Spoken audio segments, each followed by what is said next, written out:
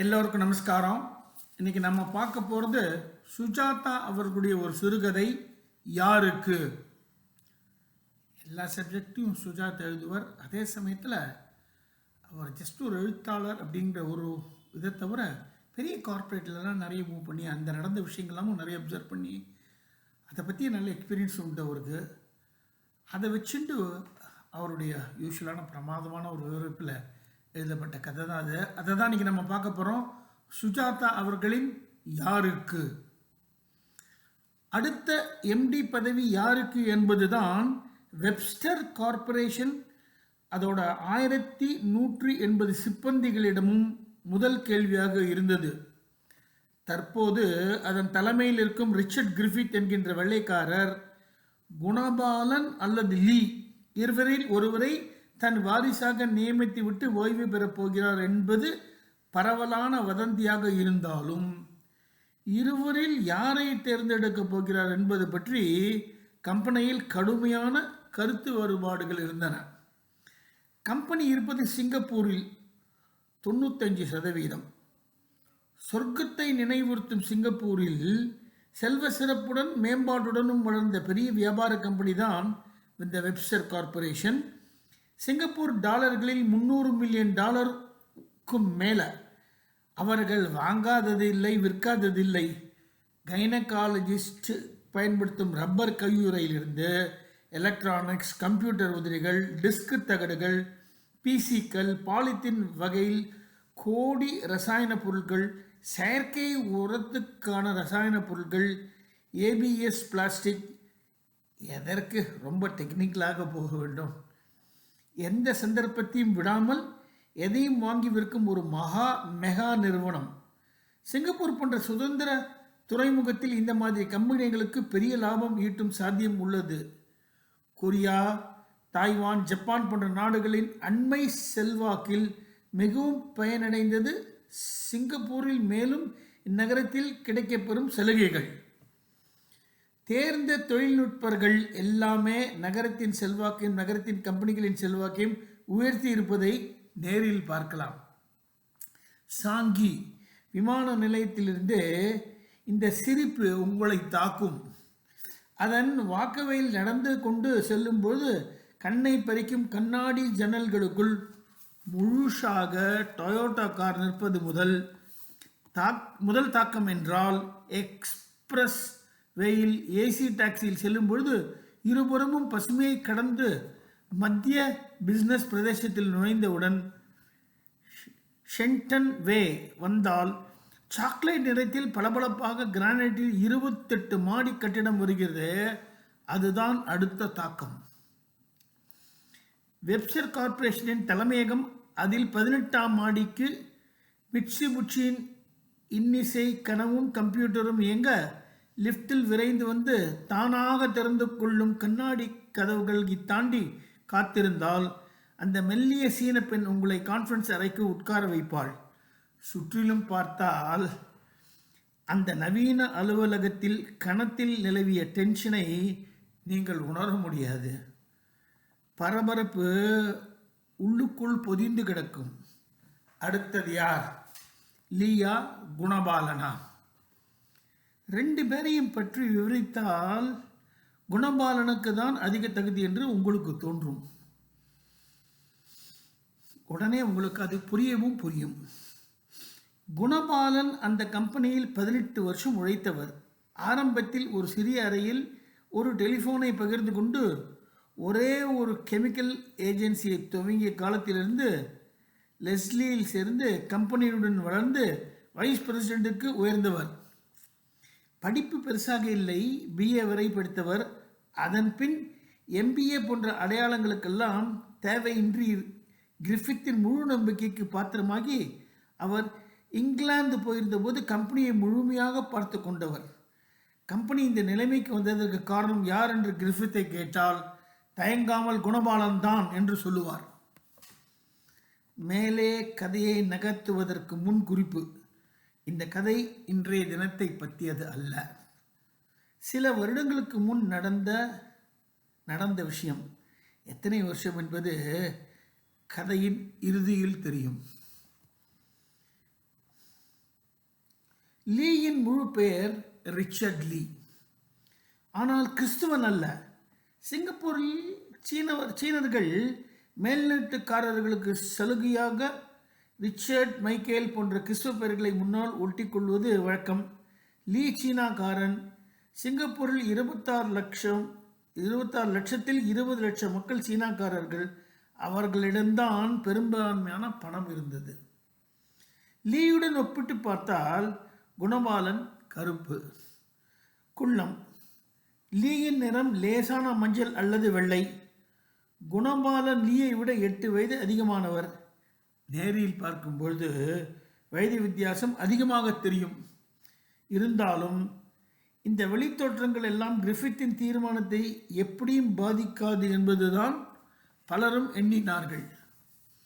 அண்மை காலத்தில் நடந்த கம்பெனி விருந்துகளில் எல்லாம் எனக்கு அடுத்தது குணபாலன் தான் என்று கிரிஃபித் அடிக்கடி சொல்லிக் கொண்டு வருவதை லீ புன்னையுடன் கேட்டுக்கொண்டிருந்தான். ஒரு காலம் ஒரு லீக்கு சந்தர்ப்பம் வரும் என்று எவரும் எதிர்பார்க்கவில்லை. இருக்கிற வைஸ் பிரசிடென்ட்டுகளிலேயே குணபாலன் சீனியர். லீயை வேலைக்கு இன்டர்வியூ பண்ணதே அவர்தான். அப்படி இருக்க லீ தனக்கு பெரிய பதவிக்கு போட்டியாக இருப்பான் என்று குணா நினைக்கவே இல்லை. லீ கெட்டிக்காரன். புன்னகையிலேயே அத்தனையும் மழுப்பி விடுவான்.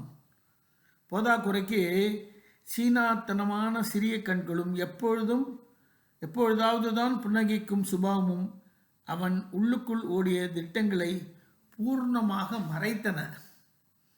கிரிஃபித் ரிட்டையர் ஆவதற்கு 1 மாதம் இருக்கும்போது அந்த யுத்தம் துவங்கியது. போர்டு மீட்டிங் முடிந்து ஒரு ஜப்பானிய டெலிகேஷன் வந்திருந்த போது கிரிஃபித் குணபாலனையும் லீயையும் அழைத்து ஜப்பானியக்காரர்களுக்கு அறிமுகப்படுத்தி வைத்தார். மிஸ்டர் லாக்கோமோட்டோ, மீட் மை சக்சஸர் என்று சொல்லி குணபாலனை காட்ட அவர் வெரி வெரி ஹாப்பி என்று கைகுலுக்கிய போது லீயின் முகத்தில் மாறுதலை குணபாலன் தான் கவனித்தார். ஜப்பான்காரன் போனவுடன்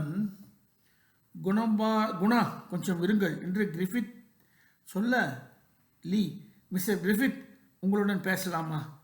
என்ன ரிச்சர்ட், குணபாலன் நியமிக்கப்பட்டு விட்டாரா? போர்டு அனுமதித்து விட்டதா? இல்லை, போர்டில் இதை நான் இன்னும் பிரயோபிக்கல. ஆனால் என்ன, நான் சொல்வது தான் அவர்கள் ஏற்கப் போகிறார்கள். எப்படி அதற்குள் நீங்கள் தீர்மானிக்கலாம் அடுத்த வாரிசு குணாதான் என்று? வேறு யாராவது இருக்கிறார்களா என்ன? ஏன் நான் இல்லையா? எனக்கு தகுதி இல்லையா? கிரிஃபித் பெரிய ஜோக் கேட்டவர் போல சிரித்தார். You must be crazy Richard. I am serious mister Griffith. நீ எங்க, குணா எங்க? எனக்கு ஏன் தகுதி இல்லை என்று முன்கூட்டியே தீர்மானித்தீர்கள்? உன்னை பற்றி பேச்சே இல்லை. ஏன்? நீ இந்த வேலைக்கு அனுபவம் வயது போதாது, ரொம்ப சின்னவன். மிஸ்டர் கிரிஃபித், நீங்களே எத்தனை முறை சொல்லியிருக்கிறீர்கள் இப்போது இளைஞர் காலம் என்று. வேறு சந்தர்ப்பத்தில் சொல்லியிருக்கிறேன். லுக், நீ ஏதாவது பெருசாக ஆசை வைத்து கொண்டிருந்தால் சாரி, அந்த சோப்பு கொப்பளங்களை உடைக்க வேண்டியது என் பொறுப்பு. அடுத்த தலைமை பொறுப்பு குணாதான். அத்தனை தான். அதனால்தான் மேலே பேச வேண்டாம் என்று உன்னை கேட்டுக்கொள்கிறேன். போர்டு தீர்மானிக்க வேண்டுமே. போர்டு என் முஷ்டிக்குள் இருக்கிறது. போய் வேலையை பாரு, அதிகம் பேராசை வேண்டாம் என்றார். குணா எதுவுமே பேசாது 18வது மாடி ஜன்னலுக்கு வெளியே தெரிந்த சிங்கப்பூர் நதி பாலத்தையும் துறைமுகத்தில் சாக்லேட் பெட்டிகள் போல் அடுக்கியிருந்த கண்டெய்னர்களையும் பார்த்து கொண்டிருக்க, குணா, என்ன பெரிய ஜோக் பார்த்தியா என்றார் கிரிஃபித். எனக்கு அப்படி தோன்றவில்லை. லிஃப்டில் லீயும் குணாவும் இறங்கும்பொழுது, ஒரு நிமிஷம் ரிச்சர்ட். என்ன, ஆர் யூ சீரியஸ்? ஆமாம். உனக்கு தலைமை ஏற்க ஆசையாக இருக்கா? ஆசையை பற்றி பேசலை. இது போர்டு தீர்மானிக்க வேண்டிய விஷயம். எப்படி கிரிஃபித் தனியாக இந்த தீர்மானத்தை எடுக்க முடியும்? குணா அவனை பார்த்து புன்னகை முயற்சிக்க பதில் கிடைக்கவில்லை. உன் உள்ளத்தில் இருப்பது என்ன? நமக்குள் ஒளிவு மறைவு வேண்டாம். ஏனெனில் நான் பதவியேற்ற பின் உன் ஒத்துழைப்பு தேவை. லுக் மிஸ்டர் குணா, உங்கள் தகுதியை பற்றியோ திறமையை பற்றியோ எனக்கு சந்தேகமில்லை. ஆனால் கம்பெனி விதிமுறை இருக்கிறது. போர்டு தீர்மானித்த பின் தான் அடுத்த வாரிசை அறிவிக்க வேண்டும். கிரிஃபித் போர்டில் ஒரு மெம்பர், இன்னமும் 8 பேர் இருக்கிறார்கள். அவர்கள் சம்மதிக்க வேண்டாமா? அவர்கள் கிரிஃபித்தை தான் கேட்கப் போகிறார்கள். அவர் சொல்லும் பெயரை ஒப்புக்கொள்ளப் போகிறார்கள். அப்படியா? ரிச்சர்ட், ஏதாவது மனசில் இருந்தால் சொல்லிடு. ஏதும் இல்லை என்று சொன்னவன் கொஞ்சம் பொறுத்து, குணா, வீண் பேச்சு வேண்டாம். நீங்கள் தேர்ந்தெடுக்கப்பட்டால் நான் அடுத்த கணமே ராஜினாமா கொடுக்கப் போகிறேன். குணா புன்னகைத்து, அவ்வளவு தீவிரமாக இந்த பதவியை விரும்புகிறாயா? எடுத்துக்கொள்ளேன். தகுதி இருந்தால் என் தன்னம்பிக்கையில் நான் செய்கிறேன். எனக்கு யாரும் தர்மம் செய்ய வேண்டாம். குணா மீண்டும் புன்னகைத்து விட்டு தம் வீட்டுக்கு போனதும் சேர்மனுக்கு ஃபோன் செய்தார். மிஸ்டர் கிரிஃபித், லிஃப்டில் இறங்குகையில் நான் லீயுடன் பேசினேன். அவன் இந்த பதவியை மிகவும் விரும்புகிறான். நான்சென்ஸ். அவனை பற்றி பேச்சே இல்லை. தனக்கு கிடைக்காவிட்டால் ராஜினாமா செய்து விடுவானாம். செய்யட்டுமே, உடனே அது ஒப்புக்கொள்ளப்படும் என்று சொல்லி இந்த மாதிரி என் கையை முறுக்க முடியாது. நான் பழைய சிங்கம். குணா வீட்டுக்கு வந்து தன் மனைவியிடம் லீயின் ஆசையை பற்றி சொன்னார். காவேரி, அவனுக்கு இந்த மாதிரி ஆசை இருக்கிறதே வேடிக்கை தான். நான் வளர்த்த பிள்ளை மாதிரி நான் ரிக்ரூட் பண்ணின ஆள் எனக்கே பாசை வர ஆசைப்படுறான்னா சீனாக்காரங்களுக்கு ஆசை அதிகம். மாலை செரங்கன் ரோடில் இருந்த பெருமாள் கோயிலுக்கு சென்று சற்று நேரம் தியானத்தில் ஆழ்ந்திருந்தார். பெருமாளே, எனக்கு தகுதி இருந்தால் இந்த பதவியை கொடு. லீ மேல் எனக்கு தோன்றும் ஆத்திரத்தை எரித்து விடு. அவனுக்கு தகுதியுள்ளது என்று போர்டு தீர்மானிக்குமானால் அதை நாகரீகமாக ஏற்றுக்கொள்ளும் என் மன அகலத்தை எனக்கு கொடு. மறுதினம் அலுவலகத்தில் பற்பல வதந்திகள் நுழைந்து விட்டன. அடுத்தது லீதான் என்றும் சிலர் பேசிக்கொள்ள ஆரம்பித்து விட்டார்கள். கிரிஃபித்தை பற்றிய ரகசியங்கள், பல கம்பெனி செலவில் போனது, சுவிஸ் வங்கியில் அக்கவுண்ட் வைப்பது என்பதெல்லாம் அதை வைத்து பிளாக்மெயில் பண்ணி லீ அவரை சம்மதிக்க வைக்கப் போகிறான் என்று வதந்திகள். குணாவுடைய செக்ரட்டரி பிரியா தான் அதை சொன்னாள். குணபாலன் தன் பெருந்தன்மையை இழக்காமல் அப்படியா அப்படியா என்று கேட்டுக்கொண்டிருந்தார். உங்களுக்கு மட்டும் கிடைக்கல, இந்த கம்பெனியில் உள்ள அத்தனை பேரும் ரிசைன் பண்ணிடுவோம் சார். அப்படியா? மெய்யாலுமே தான் சொல்கிறேன் சார். சீனாக்காரங்களுக்கு லீயை பிடிக்கல. ரொம்ப கோபக்கார ஆசாமி. பெண்களிடத்தில் மரியாதை கிடையாது. ஆஃபீஸில் பெண்கள் ஆண்கள் வித்தியாசம் பார்க்கக்கூடாதும்மா. என்ன நீங்கள் உங்கள் போட்டிக்காரனுங்க புரிஞ்சுக்கிட்டு வரீங்க? அவன் போட்டிக்காரன் இல்லை. அதனால தான். சேர்மன் தன் அறைக்கு வருமாறு விழித்திருந்தார். அவர் உள்ளே நுழைந்ததும், கம்மின் குணா, கங்க்ராச்சுலேஷன்ஸ் என்றார் கிரிஃபித். எதுக்கு சார்? நீ தான் அடுத்த தலைவன்னு போர்டு மெம்பர் ஒவ்வொருவரையும் கூப்பிட்டு சொல்லிட்டேன். அவங்க கேள்வி கேட்காம ஒப்புக்கொண்டு விட்டார்கள். புதன்கிழமை போர்டு மீட்டிங்கில் இதை அமல்படுத்திடலாம். நல்ல ஃபோட்டோ ஒன்று எடுத்துக்கொள். ஸ்ட்ரெயிட் டைம்ஸ்க்கு கொடுக்க வேண்டும். முதல்ல போர்டு மீட்டிங் நடந்து முடியட்டும் சார். நீ இன்னமும் லீவ் வருவான் என்று எண்ணுகிறாயா என்று கிரிஃபித் சிரித்தார். காவேரி எப்படி இருக்கிறாள்? ரொம்ப நாளாச்சு பார்த்து. ஓய்வு பெற்ற பின் நிறைய கால்ஃப் ஆட போகிறேன். இங்கிருந்து இங்கிலாந்து போய் 1 மாதம் இருந்துட்டு திரும்பி வந்து விடுவேன். சிங்கப்பூர்லையா தான் ஓய்வா சார்? ஆமாம். இந்த இடம் என்னுடன் ஒட்டி கொண்டு விட்டது. இதை விட்டு பிரிவது கஷ்டம். சைனீஸ், மலாய், தமிழ் என்று எத்தனை இனம் இருந்தும் எல்லோரும் சண்டை போடாமல் இருப்பதற்கு காரணம் என்ன ஒன்றை நினைக்கிறாய்? குணா யோசித்து விட்டு கொடுக்கும் தன்மை என்றான். தப்பு. காரணம் சுபீட்சா.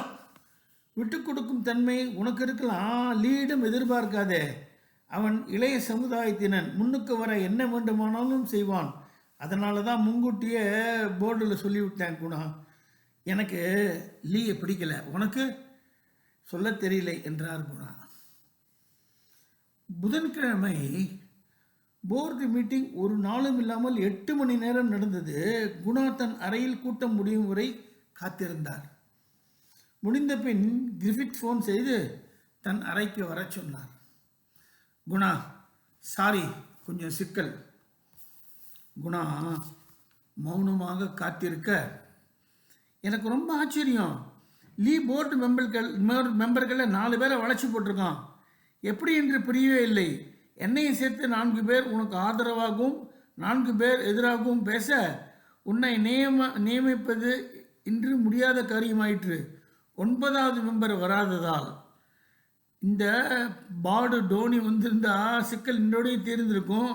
திங்கட்கிழமை மற்றொரு கூட்டம் கூட்டி இதை தீர்மானித்து விடுகிறேன். சாரி, ரொம்ப தொந்தரவு இந்த லீயால். குணா தன் அறைக்கு திரும்பிய போது லீ காத்திருந்தான். என்ன ஆயிற்றான் போர்டு மீட்டிங்கில்? லீ, உனக்கு தெரியாதா? தெரியாது, அதனால்தான் கேட்கிறேன். குணாவின் உதடுகள் துடிதுடித்தன. லீ, நமக்குள் பாசாங்கு எதுவும் வேண்டாம். உனக்கு போர்டு மீட்டிங்கில் நடந்தது அத்தனையும் தெரியும். Mister Guna, honest, I don't know. சரி, சொல்கிறேன். போர்டில் பாதி பேர் சாதகமாகவும் பாதி பேர் எதிராகவும் ஓட்டளித்திருக்கிறார்கள். டோனி ஒருவர் தான் பாக்கி, இன்னும் தீர்மானிக்கவில்லை. டோனி ஒருவர் தானே பாக்கி, உங்களுக்கு நிச்சயம் கிடைச்சிடும். டோனிக்கு என்னை கண்ட ஆகவே ஆகாது. குணா அன்றிரவு படுக்கையில் தூக்கம் இல்லாமல் புரண்டார். ஒரு வாரமாகவே சரியாக தூங்கலை. நீங்கள் ஏதாவது உடம்பு சரியில்லையா? இல்லை காவேரி, இந்த ஆஃபீஸ் சமாச்சாரம் ரொம்ப என்னை துளைக்கிறது. காவேரி எழுந்து உட்கார்ந்து அவரை கண்கொட்டாமல் பார்த்தாள். உங்களுக்கு இந்த பதவி நிஜமாவே வேணாமா? சொல்ல தெரியல காவேரி. லீக்கு சான்ஸே இல்லைன்னு தான் நினச்சேன். இப்போ என்னடான்னா எனக்கு சமமாக போட்டியாக வந்துட்டான். இப்போ ஒரு ஆள் டோனின்னு இருக்கார், 9வது மெம்பர். அவர் ஓட்டில் தான் இருக்கான் தீர்மானம். ஏங்க, லீக்கு கிடைச்சா உங்களுக்கு ஏதாவது ஒரு விதத்தில் அவமானமா? அவமானம் இல்லை காவேரி, வருத்தம். நான் இன்டர்வியூ பண்ணின ஆள் நானே அவனுக்கு சேவகம் பண்ணுறதா? அது தப்பு இல்லையா? லீ வந்தால் நீங்கள் ராஜினாமா கொடுத்துட்டோமா? வேறு பேச்சே இல்லை. தன்மானம் உள்ள எவனும் அதை கொடுத்துருவான். வேறு வேலை கிடைக்குமா? அதை பற்றி யோசிக்கவே இல்லை. ஆரம்பத்துலேருந்து இந்த கம்பெனியே முழுசாக இருந்துட்டேன். இந்த வயசில் புதுசாக ஒரு இடத்துல வேலை பார்க்குறதும் சாத்தியமில்லை. அப்போ ஒன்று செய்யுங்க, அந்த டோனிங்கிறவரை போய் பாருங்க. ஒரு காரியம் நடக்கணும்னு விருப்பப்பட்டால் மட்டும் போதாது, அதற்கேற்ற மாதிரி நடவடிக்கைகளும் எடுக்கணும். அவரை தெரியும் இல்லையா? தெரியும். அப்போது பார்க்கறதுல என்ன தயக்கம்? என் வாழ்நாளிலேயே செய்ததில்லையே. ஒரு ஆள்கிட்ட ஒரு ஃபேவருக்கு போனதில்லையே. சலுகை இல்லைங்க. உங்கள் தகுதியை பற்றி நியாயமாக எடுத்து சொல்ல போகிறீங்க, அவ்வளவுதான். ஜுராங் டவுனில் ஹெச்டிபியின் 5வது அறை ஃப்ளாட்டில் இருந்தார் டோனி. மணி அடித்து ஒரு மலாய் வேலைக்காரை திறந்து விட டோனிக்கு என்ன வயது என்றே சொல்வது கஷ்டமாக இருந்தது. பகுதி நேர டைரக்டராக பல கம்பெனிகளில் இருக்கிறார். பல காலமாகவே அவரை குணாவுக்கு தெரியும். என்ன குணா, எதற்காக இத்தனை நூறும் என்னை தேடி வர வேண்டும்? ஒரு ஃபோன் பண்ணியிருந்தா போறாதா? இல்லை, ஃபோன் பண்ணுறது மரியாதை இல்லை. மேலும் நேரிலே பார்த்தால் சரியான நிலைமையை எடுத்து சொல்லி விளக்கலாம் என்று தேவையே இல்லை. குணா, உன் தகுதியை பற்றி எனக்கு எந்தவித சந்தேகமும் இல்லை. உனக்குத்தான் என் ஓட்டு. புதன்கிழமை நான் இருந்திருந்தால் விவகாரம் அன்றைக்கே தீர்ந்து போயிருக்கோம். என்னை பொறுத்தவரையில் சந்தேகம் இல்லை. ஆனால் மற்ற மெம்பர்கள் பற்றி என்னால் உத்தரவாதமாக சொல்ல முடியாது. அவர்களில் 4 பேர் எனக்கு சாதகமாக ஓட்டு போட்டிருக்கிறார்கள். அதாவது கிரிஃபித் உள்பட 4 பேர். புதன்கிழமை போர்டு மீட்டிங் நடக்கையில் குணா ஆஃபீஸில் இருக்க விருப்பமில்லாமல் காவேரியுடன் செயின்டோசா போயிருந்தார். கேபிள் காரில் அந்தர நீளத்தில் தொங்கிக் கொண்டு போகும்போது ஆஃபீஸ் தான் அவரை ஆக்கிரமித்தது. பதவி ஏற்ற உடனே இந்தியா போக வேண்டியிருக்கும் காவேரி. ரொம்ப பெரிய கான்ட்ராக்ட், ஒரு அமெரிக்க கம்பெனியோடு சேர்ந்துட்டு. பதவி வரட்ட முதல்ல, அதான. எத்தனை வருஷமாக கம்பெனிக்கு வச்சுருக்கேன். இத்தனை வருஷம் சிங்கப்பூர்லேயே இருந்திருக்கோம்.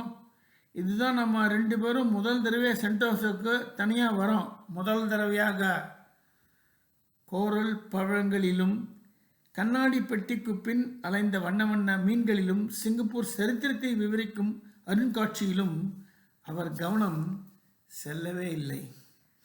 இந்நேரம் முடிந்திருக்க வேண்டும் தீர்மானித்திருப்பார்கள். கிரிஃபித் உடனே கூப்பிடுவார். குணா, எங்கே போயிட்ட? என்னங்க, சொல்ல சொல்ல கேட்காம கவனம் இல்லாமல் என்னமோ யோஜனை. இதுக்கு வீட்டுக்குள்ளேயே இருந்திருக்கலாமே. காவேரி, என்னால் பதட்டத்தை கட்டுப்படுத்த முடியல. இங்கே எங்கேயாவது ஃபோன் இருந்தால் ஆஃபீஸ்க்கு பண்ணியே ஆகணும். இந்நேரம் தீர்மானிச்சிட்ருப்பாங்க.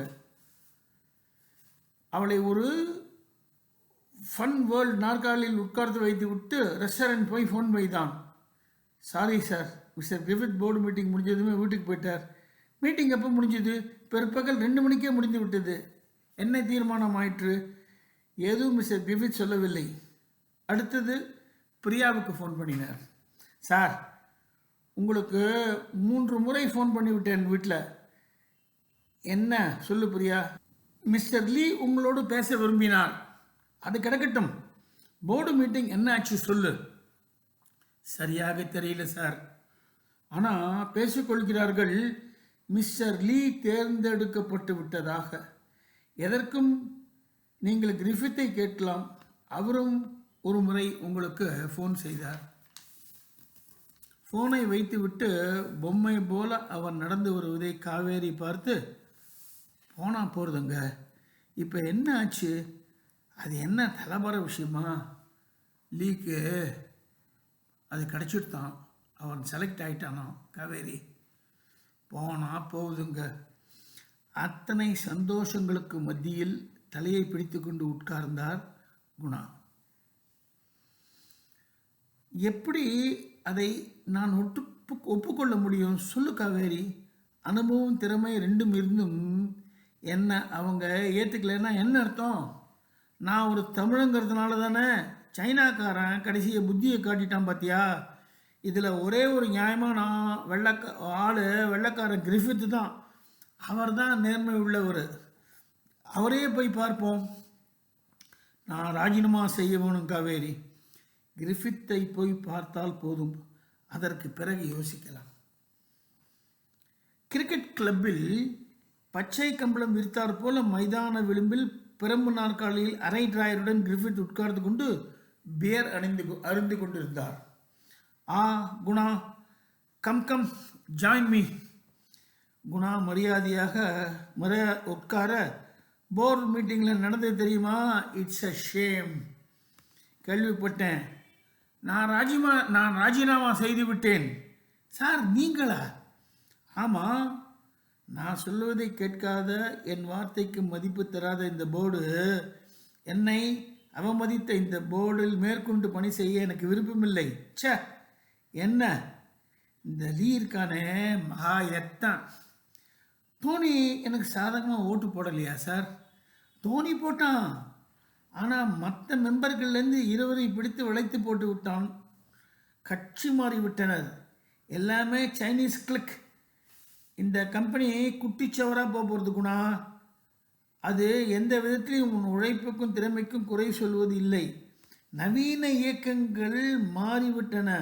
மரியாதைக்கு யோகிதைக்கும் இடமில்லாமல் நாயை தின்னும் வியாபாரமாகிவிட்டது. இல்லாவிட்டால் இன்று போர்டு அவ்வாறு நடந்திருக்காது குணா. நான் மிக மிக வருத்தப்படுகிறேன். மன்னித்து விடு. என் மனசாட்சியை இடம் கொடுக்காததால் ராஜினாமா செய்து விட்டேன்.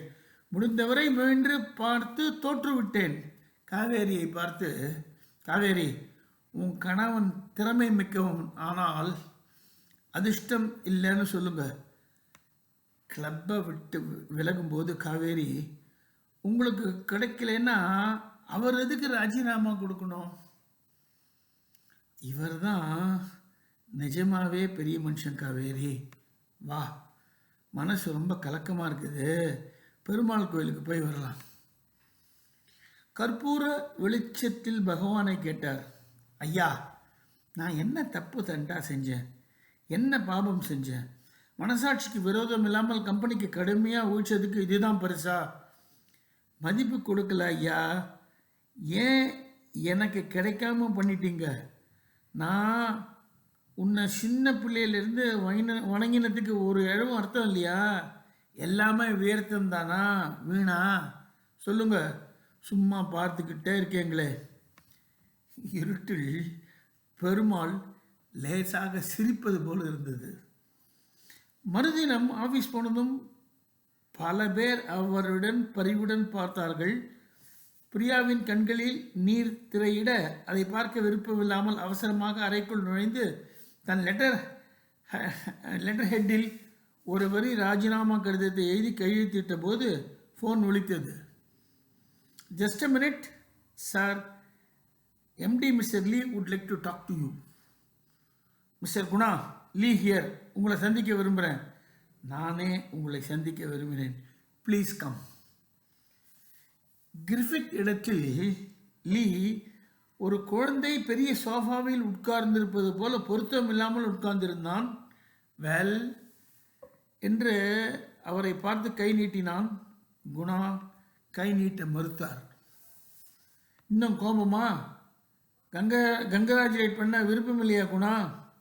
நடந்ததை மறப்போம். எனக்கு உங்களுடைய ஒத்துழைப்பு தேவை. இந்த இந்திய கான்ட்ராக்டு உங்களை விட்டால் யாரால் முடிச்சு தர முடியும்? மிகப்பெரிய கான்ட்ராக்டு. நீங்கள் உடனே இந்தியாவுக்கு பயணப்பட வேண்டும். குணா ராஜினாமா கடிதத்தை நீட்டி கொண்டிருந்ததை அப்பொழுதுதான் லீ பார்த்தான். என்ன இது? பாரேன். படித்துவிட்டு, திஸ் இஸ் ரெடிகுலஸ், நான் ஒப்புக்கொள்ள மாட்டேன். உங்கள் ஒத்துழைப்பு, உங்கள் அனுபவம் எல்லாமே எனக்கு தேவையாக இருக்கிறது. சாரி, என்னால் தன்மானத்துடன் இந்த கம்பெனியில் இருக்க முடியாது. குணா, ஏன் இதை இத்தனை பெருசாக எடுத்துக்கொள்கிறீர்கள்? என்ன ஆகிவிட்டது இப்பொழுது? வெல்வதும் தோற்பதும் வாழ்க்கையில் சகஜமில்லையா? ஒரு தேர்வு என்றால் ஒருத்தர் தான் வெல்ல முடியும். 2 பேருக்கு முதல் ஸ்தானத்தில் இடம் கிடையாது அல்லவா? லீ, என்னிடமே நீயே சொன்னாயே எனக்கு கிடைக்கவில்லை என்றால் அந்த கணமே ராஜினாமா செய்து விடுவேன் என்று. அது விளையாட்டுக்காக சொன்ன. இல்லை, தீவிரமாகத்தான் சொன்னாய். அதை பற்றி கவலை இல்லை. இந்த கம்பெனி மிகப்பெரியது. நாங்கள் எல்லோரும் கண்ணீர் விட்டு வளர்த்துட்டோம். இது பெருசாகி என் போன்றவர்கள் இருந்தாலும் பிரிந்தாலும் கம்பெனியின் சுபீட்சம் பாதிக்கப்படாது. கங்க்ராச்சுலேஷன்ஸ், உனக்கு என் நல்வாழ்த்துக்கள். எனக்கு பொறாமை எதுவும் இல்லை, வருத்தம்தான். என் தீர்மானம் அசைக்க முடியாது. அதை கூட செய்யவில்லை என்றால் கிரிஃபித் என்கின்ற மகானுக்கு நான் நம்பிக்கை துரோகம் செய்வது போல் ஆகிவிடும். பரவாயில்லை, ஒரு கன்சல்டண்ட்டாவது இருக்க விருப்பமா? ரீட்டைனர் போட்டு கொடுக்க சொல்கிறேன். இல்லை, இன்று மாலையோடு எனக்கும் இந்த கம்பெனிக்கும் உள்ள உறவு துண்டிக்கப்பட்டுவிடும். லீ அவரிடம், இது ஒரு அவசரமான முடிவு என்று எண்ணுகிறேன். இந்த கடிதம் நான் செயல்படுத்தாமல் 1 மாதம் வைத்திருக்கிற போகிறேன். அதற்குள் மனம் மாறினால் மீண்டும் தாராளமாக நீங்கள் வரலாம். அது வரையில் உங்கள் அறை, மேஜை எல்லாமே காத்திருக்கும். யோசித்து உங்கள் குடும்பத்துடன் கலந்தாலோசித்து ஒரு நல்ல முடிவு சொல்லுங்கள். மாற்றுங்கள். மாற்றமே இல்லை என்றார் பிடிவாதமாக. அன்று இரவு முதலாக ரொம்ப நாள் கழித்து தான் வாங்கி வைத்திருந்த ஸ்காட்ச் பாட்டிலை எடுத்து கணிசமாக ஊற்றிக்கொண்டு குடித்தார். என்னங்க இது என்று பிரமிப்புடன் காவேரி கேட்டாள். தூக்கம் வரல காவேரி. வேற வேலைக்கு முனு போடுவா? இல்லை, நம்ம கிராமம் தஞ்சாவூர் பக்கத்துலேயே என்னமோன்னு சொல்லிட்டு இருப்பேங்களே, அங்கே போயிடலாமா? எங்கள் முப்பாட்டன் ராபின்ஸ் காலத்தில் ரப்பர் தோட்டத்துக்கு வேலை செய்ய இங்கே வந்தாராம். நம்ம தேசம் இதுதான் காவேரி. இந்தியாவில் நம்மளால் வாழ முடியாது. என்னென்னவோ கண்டுக்கிட்டு இருந்தேன். ஒரு பெரிய கான்ட்ராக்டுக்காக இந்த வாரம் இந்தியா போக வேண்டியிருந்தது. பதவி ஏற்ற உடனே முதல் காரியமாக எம்டியாக இந்தியா போய் வரலாம்னு எல்லாம் ரொம்ப அதிகமாக ஆசைப்பட்டுக்கிட்டு இருந்தேன். பெருமாள் நல்லா கூட்டிட்டாரு.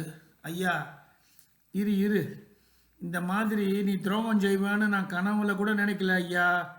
உன்னை தினம் தினம் தவறாமல் கும்பிட்டேன்ல, போனால் போகுதுங்க. அவர் ஏதாவது நல்லதாக வச்சுருப்பார் மனசில். கடவுளை நிந்தனை பண்ணாதீங்க.